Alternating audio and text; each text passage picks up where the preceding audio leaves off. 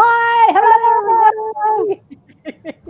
It's the Three Step Mums back for episode 8 of the Viral Edition. Thank you very much for joining us. And if you're watching the replay, a special hello to you. And thank you very much to everybody who's been commenting on the post so far. Sorry to interrupt your conversation, but we're here now. Yeah, you don't really need us, do you? Just an excuse for you guys to chit chat, all you people. We've been watching along, just everyone's having a bit of a chat. It's like, I feel like we're late to the party tonight. All right, but we better do official introductions. Hello, everyone. My name is Kate. I am isolating at home with children, so I am physically stuffed. And I'm Maggie, so I'm working from home and I'm mentally stuffed. And I'm Kehau, and I'm stuck all day with my husband, so we're about ready to tell each other to get stuffed. And we're the Three Stuffed Mums! Yay! Oh, we even got Glyn weighing in, going, yay! I swear, I'm going to get him a red striped sweater so he can. Where's Wally? We have a new segment called Where's Glyn? All right, so we've got a big show lined up for you tonight. We have got the isolations, we've been observing whilst we've been in isolation. We've also got Are You Ready to Mumble? And Maggie, you doing that one tonight? What's that? Kehau. Okay, Kehau's doing the mumble. Kehau's doing the mumble. That's good. I'm glad I know what's going on. And we've also got Go Ask Your Mothers. And this episode, we're going to be landing in the laundry to be tackling. The laundry. That was last time. See, you're just as bad as Heidi. Heidi, you're not the only one that doesn't know what day it is. Kate thinks it's Tuesday, so she's behind you. Yeah, so we got a message yesterday from Heidi Hastings, who's one of our regular viewers, and poor Heidi had looked at the clock, saw that it was past 8 o'clock, shrieked, jumped up, ran in, put her computer on, logged on, and remembered it was Wednesday, not Thursday. Yeah. So Kate's worse off than you, and she's actually on the program. She thinks it's Tuesday. Yeah, well, I am physically stuffed, so give me a break here. Got a nice call back there. Hey, Heidi, say hi. Hey. Speak of the devil. Now, what are we doing then? We're doing favorite lazy dinners tonight, so we're going to be talking about that. For the question from the mums, and then I'm having a mumble about the we're all in this together bullshit. Well, I'm very much looking forward to that. I hope the desk is well padded. Yes. My dog is sleeping behind me. I'll be pounding this. She'll be like, what? What's happening? What's the noise? Although she's deaf, so she probably won't hear me. Classic. All righty. So, Kehau, let's get into our first segment, please, with our little bit of intro music. Oh, God. Really, we have to upgrade our production values. We don't have any money for that. Ding, ding, ding, ding, ding, ding. Isolations. Hey!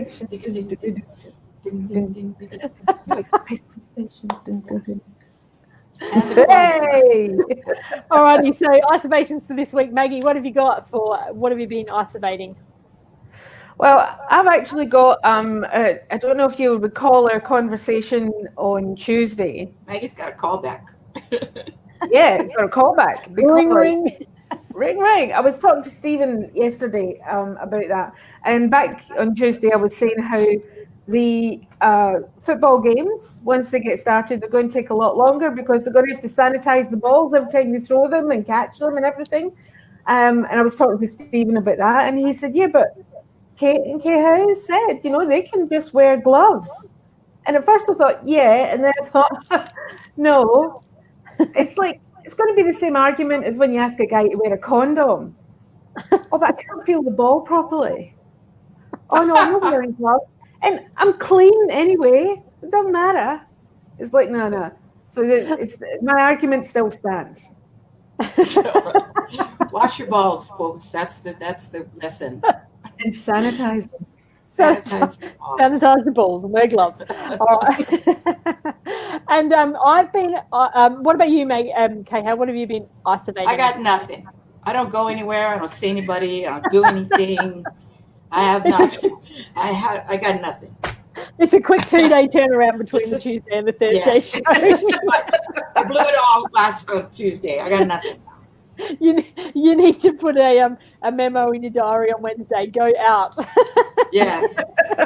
Walk around the neighborhood and like peek over people's fences and find out what they're doing. So yeah, just so I have something for some material. Oh, ladies in the bushes. No, I'm just getting material for my show. Thanks. Just checking it out.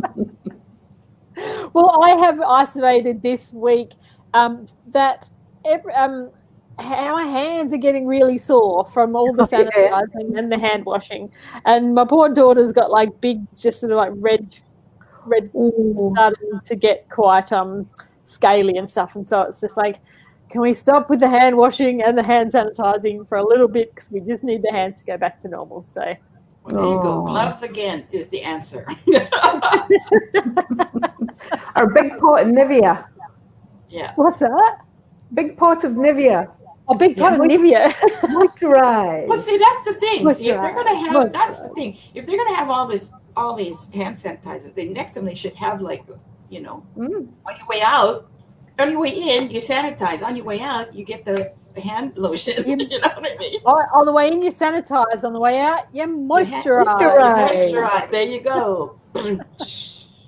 And you sanitize. To moisturize. And you sanitize. To moisturize. Get out. Get out. Get your own damn show.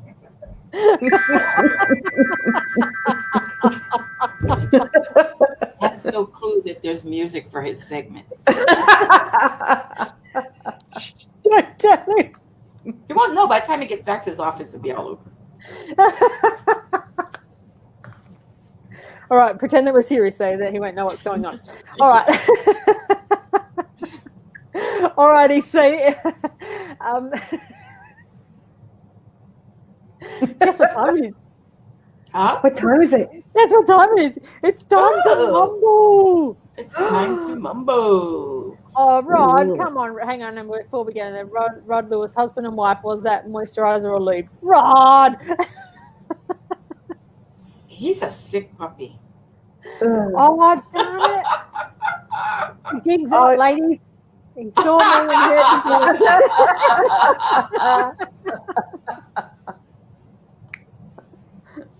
and and yet he doesn't hear me when I tell him to wash up after himself. What's going on here? Funny that.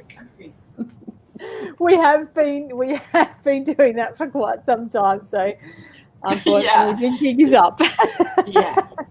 We're on episode 8. When did we start that? Episode 3. Now we can officially name that title When Glyn Pops In, is that segment. We've got a name for it now.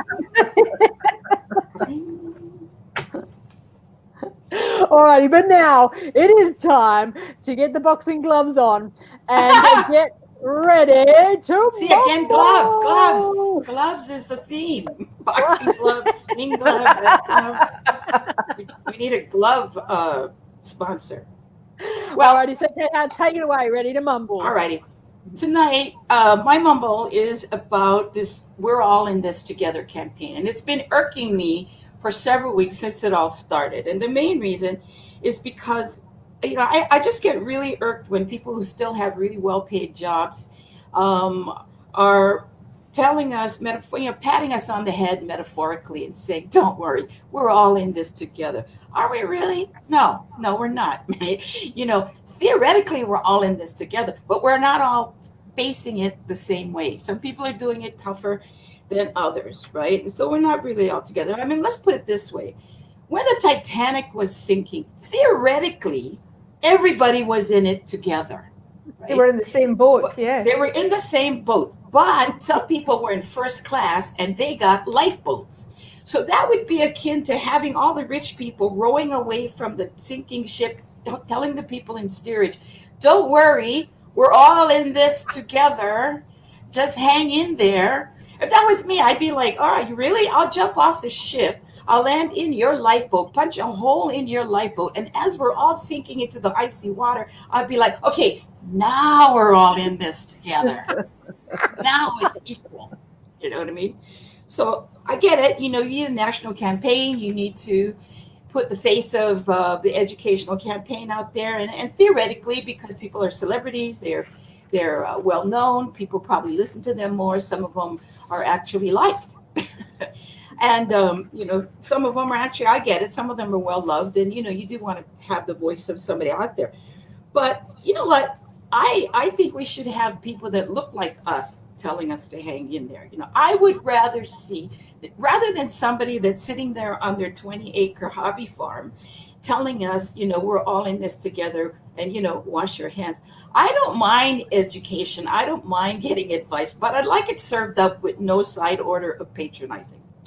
So I think what I'd like to see is a little guy, some sweaty guy in a high vis jacket with a traffic lollipop in one hand going, "No worries, mate. We'll get by. We'll get through this." I would be more likely to listen to him because I feel like he's in the same boat as me. And I get what he's saying. If he's hopeful, who am I? I might as well do that. I think, Kate, you touched on a bit about the whole hygiene thing last week, right? And it irritates me a little bit with all these businesses all of a sudden saying, "Oh, look, this is what we're doing." They're all patting themselves on the back. We've got sneeze guards. We're wiping everything down. It's like, really? What was it before? Free for all? You didn't really care before, did you? Too expensive. You're not going to allocate the time, the money to have your staff go out and wipe things down. And now we're wiping down the handles. We're spraying. We've got, do you know that there are ATM machines? There are studies that say ATMs, the buttons on an ATM, are just filthy with feces and fecal matter. And nobody in the bank has been out there wiping those puppies down for the last 20 years. So really, they didn't care. I don't even know if they're doing it now. If they are, good on them. But my point is, if you're going to do it, can you keep doing it? If you're going to do it now because you recognize that we can spread diseases on that. I mean, Florence Nightingale is flipping out in her grave. I was in the Crimean War. I knew what germs were. People in the 20th century, you got to tell the 21st century, you got to explain to them how to wash their hands. Please, when this is all over, you think that's going to change? No, keep up the sanitizing. Do that. And then you can pat yourself on the back and say, "Oh, I really care." You know what I mean? So what I'm saying is, if you're going to do that, be consistent. Keep doing it after it's all over, because we're still going to need it. People are still going to be stupid and not wash their hands when they come out of the toilet. That's just going to be a given. So keep doing that. So I'm done with that yelling at people. I just, metaphorically wash my hands of it. Anyway, that's it for me. Boom, thank you very much, Kehau. I'm sure I'm not the only one that gets irritated. No, you're right. Especially with the news presenters. I'm like, "Oh, please stop." Yeah, but when you were talking about the ATMs and all the different things, I actually saw a thing advertised on Instagram yesterday, and it looks like a big flat key, but it's a knob pusher. I'm sorry. It's a knob pusher. Again with the gloves we're talking. No. So you hold this by the handle end. Well, yeah, I know. And you use it. You hold it by the handle end, she said with a straight face. Okay, go ahead. And you use it to, if you want to call the lift, or if you want to put your number in, and that becomes an extension of your finger, and you can. And it's got a hook thing that you can pull a door open, and I'm like, is this the way it's going?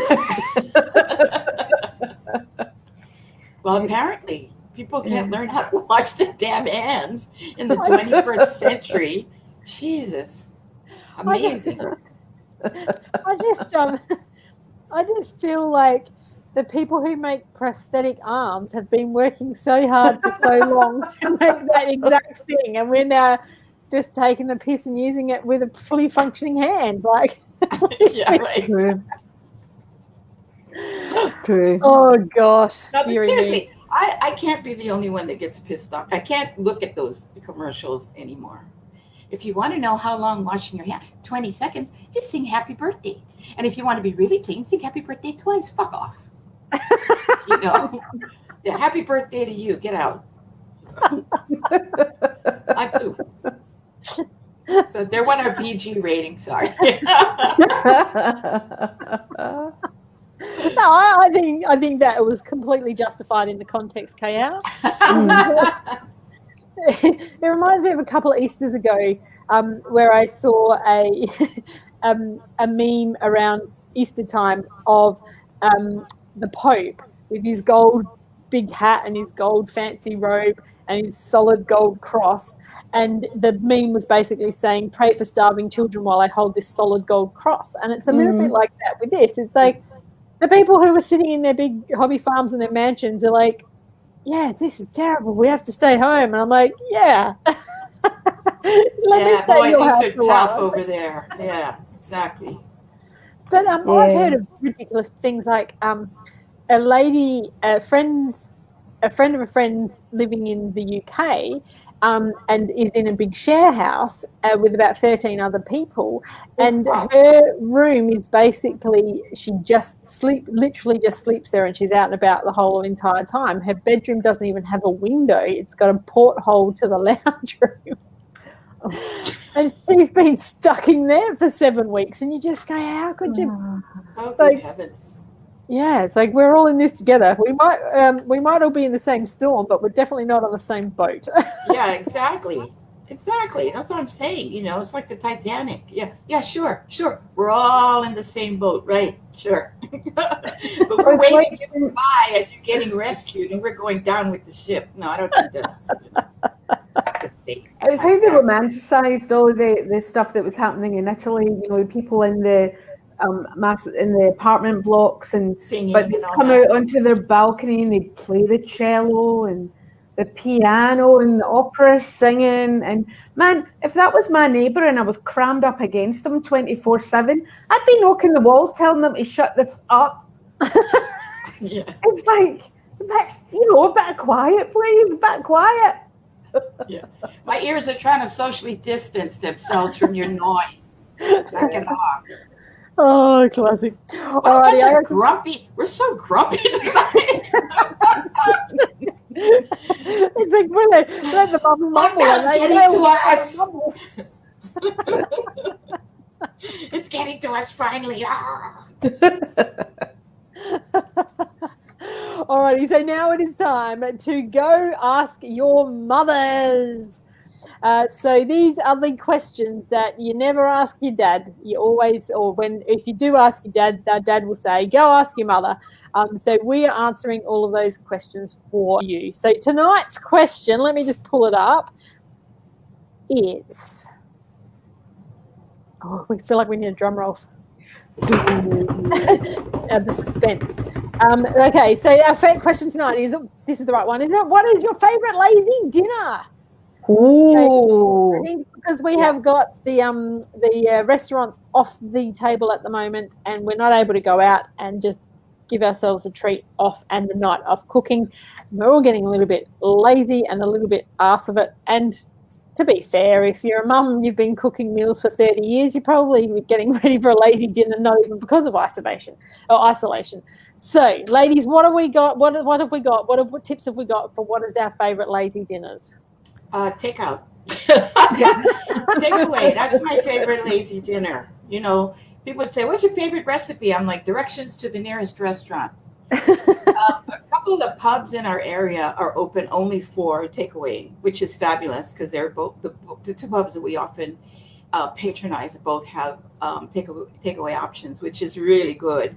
You just order it, get on the phone and give them the order, and then show up later on the evening, and they've got one dedicated window in the front of the pub, and you just rock up like the old drive-in days, and you pick up your order, and it's great. And they're maintaining all of this social distant things, and like if I go to Glenn at like 5:30. And I just stand there by his desk, and he goes, all right, what are we having? What are you having? Because he knows I haven't been eating dinner yet. It's just like, get the menus. We have them tacked on the kitchen, whiteboard, what the menus are. I think that's my favorite lazy dinner. That or a sandwich. Just make a sandwich. Make a sandwich and you're good. You've got everything. You got bread, you got protein, you got vegetables. You're in. Nice. Have you got one, Maggie?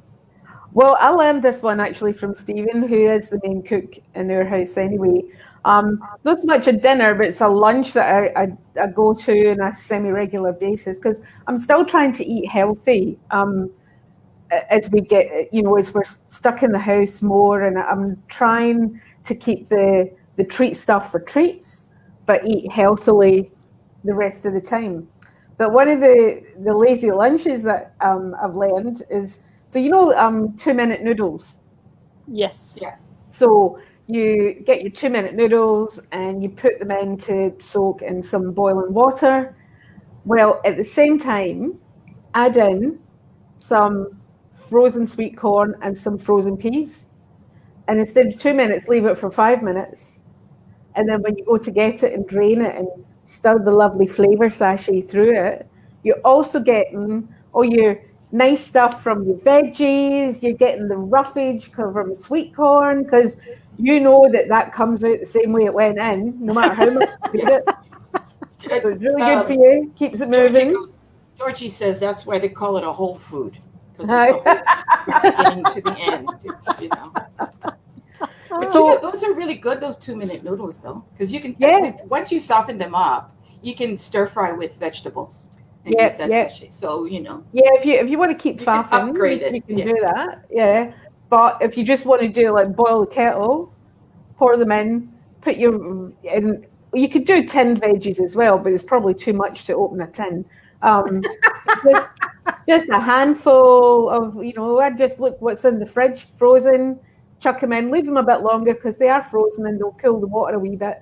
But yeah, and then afterwards just strain them, put the flavour through them. You can put some protein. Like the other day, I had some leftover chicken, so I put that through it with a tiny bit of the peri sauce. Oh, nice. It was very nice. Mm-hmm. Yeah. Sauce is the key. Oh, yes. Sauce is the key. You can have the same thing. You change the sauce every night. Oh, something different. Tonight it's bolognese. Tomorrow it's stir fry. Next day it's Chinese. It's plum sauce. You just keep changing the sauces. It's a wee bit like how somebody told me the secret to Mexican food, because they were asked what's the difference between a burrito and a taco. Was it you? No, and you said whatever way it's wrapped. Yeah. Simon Palomares said the difference between Spanish food and Mexican food is Mexican food. It's just like, origami. They just have the same thing. It's like Mexican origami. They just change the wrapper and they just wrap it, Whereas, like tapas is all different. That way. Yeah, exactly. Wrap this in that. Oh, look, it's a bird.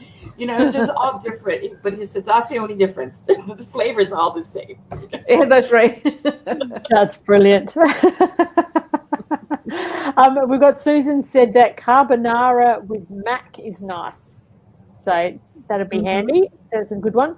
My favourite lazy dinner is probably, it's not necessarily lazy at some point, but it is lazy at one point. So, and it's all in the preparation. Let me explain. So I have become a lasagna ninja. So rather than making the big, huge lasagnas, when I make lasagna, I make them in like single serve. So IKEA has these really cool little dishes. They're about that sort of size and about that sort of height, and they're glass. And then they have like a plastic clip-on lid. Yeah, the snap. Yeah. Snap, yeah. So what I do now is when I make lasagnas, I make lasagna in these little dishes instead of in a big, huge tray. Because normally when there's not enough in our family to eat a big, huge tray of lasagna, and most of it all just goes to leftovers, and then you sort of, on the fifth day, you're like, oh, this is too much lasagna. So I now make them in these little trays, and then I put the lids on them, and then I put them in the freezer. And because they're glass, what I do, so I don't cook them, I just assemble them and then put them in the freezer. And so for a lazy dinner, I'll just pull out this lasagna dish, take off the plastic lid, this is the key, put the dish in the oven cold, and then turn the oven on. And so as the oven warms up, so does the dish, and you don't crack the dish. And then you have like this freshly cooked lasagna, but you don't have, like you don't really have to do much. It's sort of like a freezer meal. And having said that, it probably would be easier to get a frozen lasagna than this, but but the one you make will be better for you. Yes, yeah. You know what? Like there's only two of us, right? So if I make something like a lasagna, or if I make like a big thing of soup or stew or whatever, I put them all in containers. I label it with the date and what it is, because once it's in the freezer, you have no idea what it is. It's something. Oh my God, from 2017. I think we can throw that out. Freezer surprise. Yeah, freezer surprise. Hunter stew, my dad used to call that. Just hunt around, see what's there. But that's what I just put them all in smaller containers and put them in the, so that, because when I was working away from home a lot, then Glenn could just go and go, oh, look, here's a chicken Florentine, and I'll have that for dinner. So you can make your own frozen food. You make it one crack and separate it all out, and then just label it and stick it in the freezer. All in the prep. And then slow cookers, you can't really go wrong with a slow cooker. Chuck everything in the morning when you've got the energy, and then it's all ready to go at dinner time. Do you know what? I love slow cooker, but the only thing is I cannot, if I'm in the house, I can't live with the smell of the food cooking all day. Oh. I can't do it. Does it annoy you, or does it just tempt you too much? It actually puts me off, so that by the time it's ready, I can't look at it. Oh, it's like I've eaten it already. You felt like you ate it all day. You felt like you already ate it all day. Yeah. Nice. Nice. Cool. Alrighty, so let's finish up the evening, ladies, with a bit of bingeables action. Maggie, did you want to intro this segment? Yeah, so we thought of a song. So it's anybody that remembers Alison Moyet, remember? It's bingeable. I'm telling you, it's bingeable. See, that sounds better than. Keep going. I'm trying to get the title up. There we go, bingeable. Hey! Oh, shout out to Sue's Strike. My most favorite dinner is a hunk of cheese with medicine. That is Scotch and soda. Yes. Scotch is a good meal replacement. Yes. That is my kind of dinner. It's got barley. If you get a beer, you got barley, you got hops, you got veg in there. It's got water. Yep, water is good for you. Water is good for you. I mean, it's called Uscave. It's food is bingeable. Yeah, food is bingeable. That's the problem. That's the problem. Alrighty, so what have we got? I've pretty much got nothing on the bingeable front. I've like Kehau, it's been too short between drinks, between shows, and I haven't done anything. I've been reading bedtime stories and going to bed early the last couple of nights. So, actually, no, I tell a lie. I highly recommend Lego Masters on Catch Up TV if you haven't been following that. If you're not a fan of reality TV shows, you will love Hamish Blake's taking the absolute piss of all reality TV shows on this. So you can watch it just for the comic factor of Hamish Blake.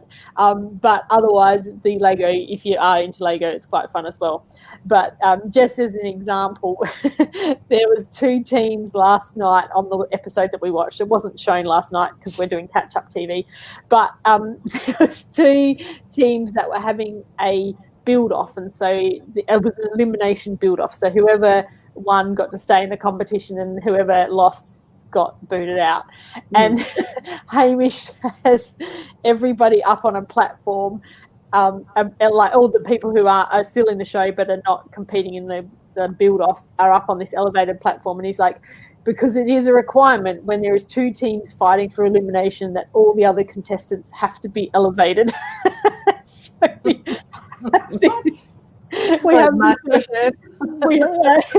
this thing, and somebody said in the background, MasterChef, he goes, no, it's not a MasterChef thing, it's just a thing. And they're like, no, it's a MasterChef thing. He said, well, you've seen it on MasterChef and now on Lego Master. He's very good. And Andrew, come on, Andrew, we're in Adelaide. It's not Lego, it's Lego. Yeah, it probably is, but we also say dance instead of dance and school instead of school. Yeah, and I say aluminum instead of aluminium. That's a big fight in our house. And I say get stuffed instead of hello. Yeah. And I say fuck off instead of goodbye. So we're good. See, I lost interest in Lego after the Lego Star Wars thing because I enjoyed that Lego Star Wars way too much. You know, I don't know. Is Mr. Stevens? You know, this one's wet. This one's wet. This one's wet. You know, who was it? Was that? That was Eddie Izzard. Eddie Izzard. Star Wars thing. YouTube thing, like this Star Wars Lego. Sorry, Andrew. Yeah. And it's like the Death Star and all the Lego characters are doing stuff. Yeah, that's Eddie Izzard's one, you know, and it's too hilarious. I'm like, oh, you've spoiled me for any Lego stuff now. That is like the best, you know. I'm in charge of this. You're Mr. Stevens. I'm not Mr. Stevens. I'm the Death Star Canteen. Yeah. No, I'm not. I'm not Mr. Stevens. You know, you need to try. Vader. Yeah. You need to try, mate. You need to try. You need a tray. To this day, if I go to a cafeteria thing and there's a tray, like, you need a tray. You'll need a tray. Yeah. This one's wet. This one's wet. Why did you try this? A rainforest. This one's wet. This one's wet. Yeah, that has spoiled me for any Lego. That's the ultimate Lego for me. I just don't want to hear anything else. And that's the one when Darth Vader walks in, and the guy goes, "Don't you know who I am?" Yeah. You're Mr. Stevens. That's it. Yeah. He goes, "We're not playing a game of who the fuck are you?" Yeah. Cake or death. Why doesn't anybody pick death? You know? All right, so that might have to go on the bingeables. That is what a Star Wars Death. What did you say, Maggie? Death Star Canteen. Death Star Canteen by Eddie Izzard. Yeah. Okay, so check that one out. It's It's really laugh out loud funny. Yeah. And I love Eddie Izzard. He's just bizarre. Oh, classic. All righty, and Maggie, have you got any quick bingeables for tonight? No book. Oh, another book. She's read another book in 2 days. No, I haven't read it. I'm partway through it. I've got my dog ear partway through. I haven't made up my mind about this book. So it's called Untamed Stop Pleasing, Start Living by Glennon Doyle. It's really interesting. So it's a nonfiction. It's about basically what it says on the tin, really. How she discovered how to stop living to please other people. And her story is really fascinating. She's very good friends with Elizabeth Gilbert, who wrote Eat, Pray, Love. So they're very much in that American self-help kind of scene. As I say, I haven't made up my mind about this, but it's compelling me enough to keep wanting to read it. It's Glennon Doyle's new book, and I know that she's, I think her last book was Love Warrior. So it's real kind of, she's writing about contemporary stuff that's happening in her life. And I think it definitely is, it's got a lot of stuff that a lot of women need to hear about living for yourself and not living for other people's expectations. No. It's definitely worth it for that. So yes, I do recommend this. Yeah. Fabulous. So Untamed by Glennon Doyle. Yes. Checks in the mail. And Kehau, have you got any bingeables for us tonight?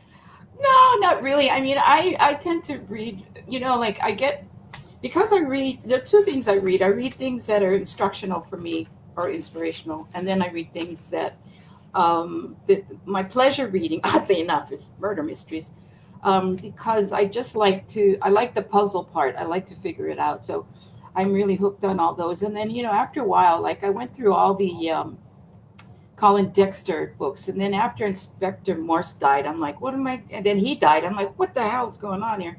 So I tend to get anthologies, which is my tip for when you like a certain author, a certain genre, and you need recommendations for authors. Get an anthology that has stories, just short stories in it, because it'd be like 20 or 30 stories. And then you get introduced to a lot of different authors, and you can go back to ones that you like and look up their actual books or their full works and stuff, which is what I do.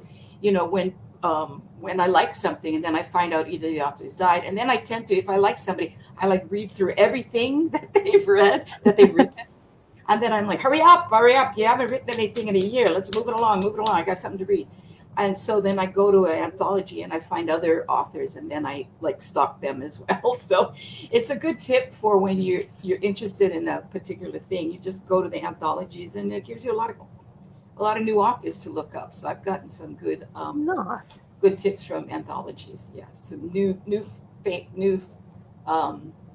you call it favorite authors out of anthologies. I didn't even know that was a thing. Yeah. I've got one now. See, I used to read I don't know if you're familiar with Ellis Peters. She wrote historical mysteries. And her favorite famous character is Brother Cadfael. He was a Welsh monk. I was going to say it's been turned into a TV program, hasn't it?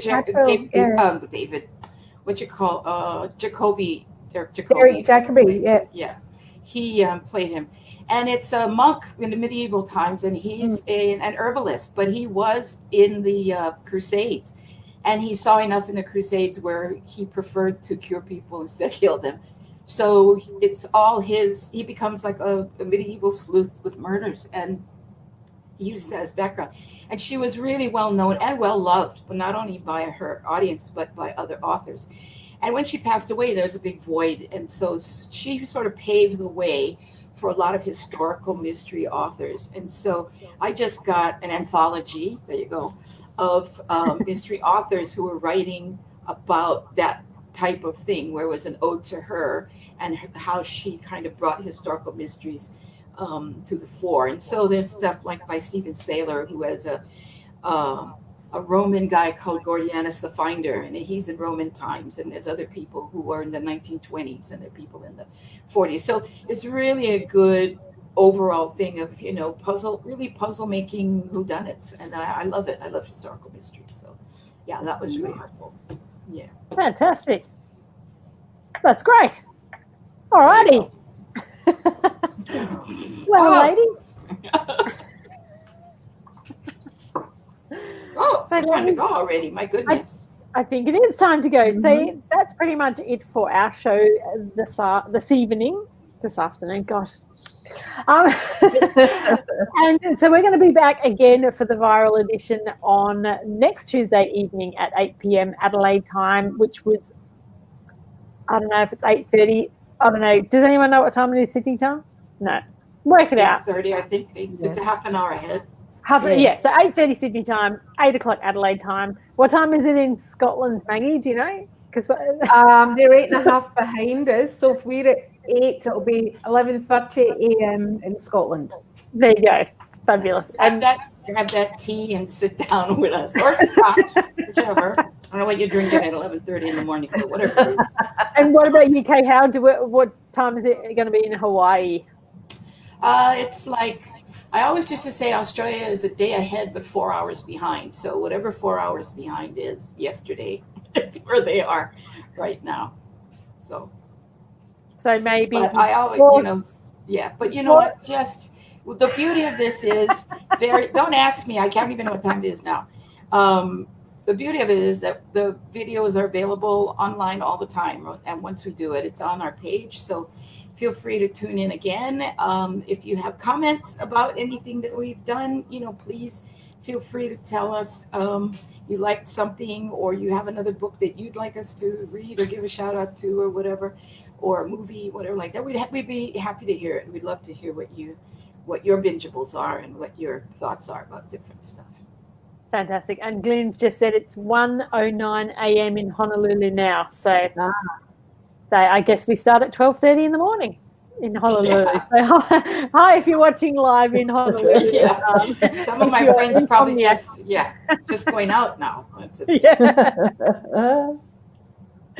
Alrighty, mums, thank you very much for joining us on the viral edition tonight. And thank you very much for joining us live on Facebook, or if you're listening to the replay, thank you very much for getting all the way to the end. Love your work, and we'll see you again next Tuesday. Thanks, everybody. Bye. See ya.